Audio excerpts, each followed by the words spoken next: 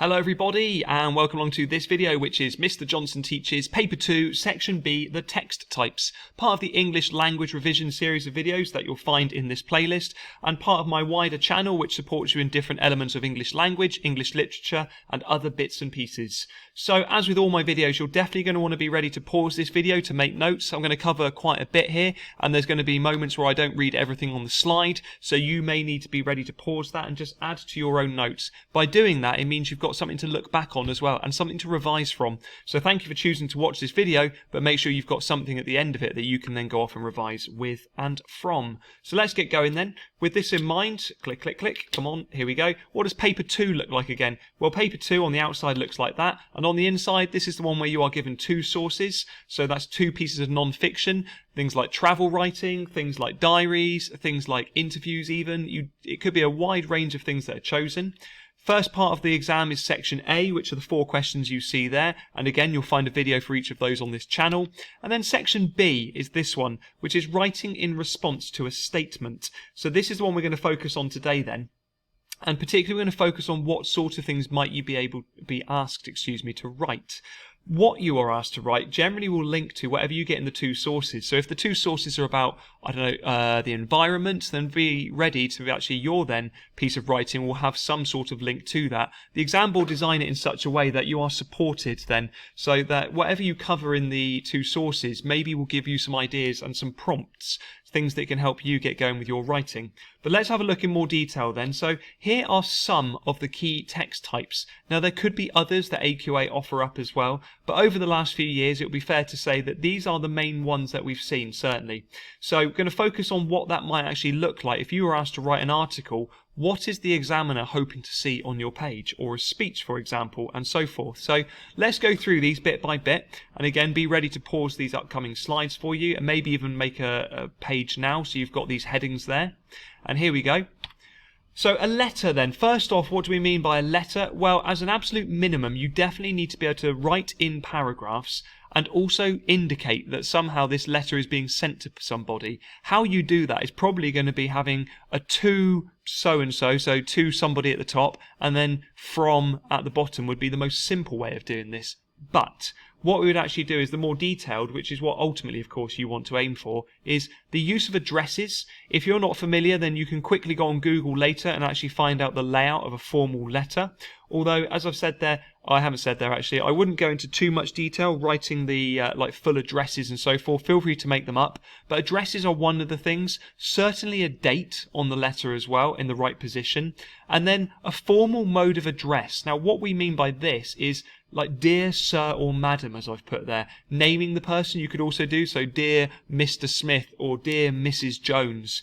Actually naming them rather than to whom this may concern, which is another way. But generally, dear sir, madam, comma, is the best way. And don't forget that comma after you put that as well. That's a really important little bit of punctuation there. Fluently sequenced paragraphs, so paragraphs that lead from one to another in a logical way. That's where planning will be really key to this as well. And finally, as it says at the bottom, an appropriate sign-off. That's how you end the letter. So yours sincerely, like dear, if you start anything with dear and you name the person, you would write sincerely. If you don't know directly who you are writing to, you could put yours faithfully. Those are the ways of doing it. Now, ultimately, if you choose one of those and get it slightly wrong, it's better to have one of them than not. But that's actually how you would choose which one you're meant to use. So that's the letter. Let's take a look at articles now then. So this is a frequently used one as well, writing an article for a form of newspaper or a form of magazine. Sometimes they'll call it a broadsheet newspaper, and essentially that is one of the more formal newspapers. You could use the word more serious newspapers as opposed to something like the Sun or the Mirror. As a minimum, if you were doing this, then you definitely would like a simple title at the top of some sort. Don't spend ages, and don't worry about doing big block writing that you're shading in or anything ridiculous like that. You just don't have time. But a simple title would work, and definitely lay it out in paragraphs. That's how you're going to make it look like an article. Now, more detailed, you could then use an original title where you may be making something up. I think rhetorical questions work quite well. You can see the one in the picture there as well. whatever it is, the theme of your article is what's going to come out in the headline or the heading. Subheadings, so actually breaking down into sections. I don't see students doing that very often, but that could certainly be a way. When you move from idea to idea, is giving it a new subheading, even if you only used one or two. An overview paragraph at the beginning is quite good as well. Like it says, covering the 5 W's, giving a general introduction to what you're going to do. And again, the 5 W's is something you've probably covered way before at primary school, and you might have done at secondary as well.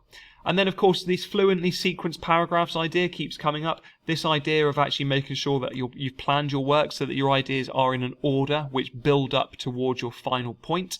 That's what we mean by sequenced.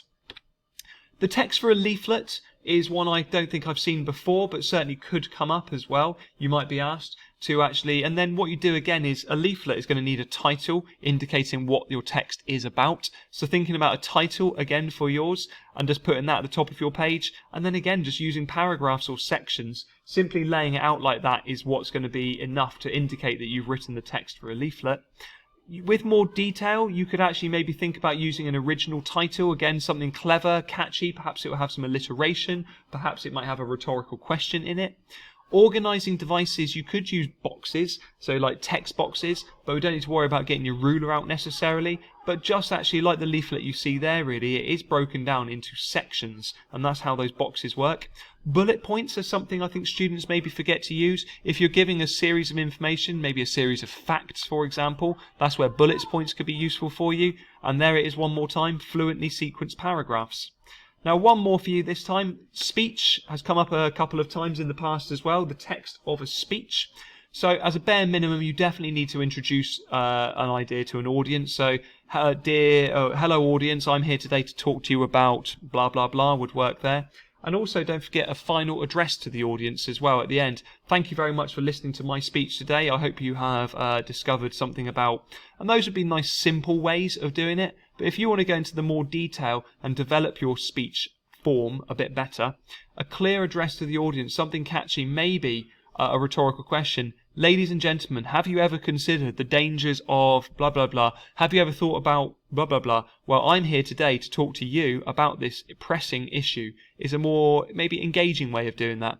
Rhetorical devices in speeches. Now you're going to use these sorts of devices in other ones as well, but speeches particularly are very much known for the fact that they have devices. Maybe like you're addressing your audience, so some direct address would work there really well. Maybe rhetorical questions to your audience as well, emotive language, and there's a whole list of these you could use. Again, that fluently sequenced sections ideas, so laying it out in paragraphs, but those paragraphs are in an order where you're gradually building up your idea towards a big finish.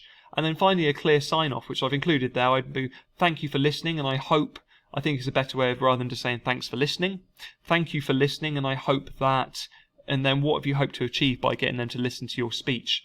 So here they are one more time then. There they are, the forms. That's what it's called here as well. The word is a form, and that you are given marks for your ability to lay your text out in such a way that it indicates that you have written a letter, a speech, and so forth. So that was a whistle-stop tour, as they say, a very quick look through some of the key text types and forms that you might expect to see on Paper 2 Section B.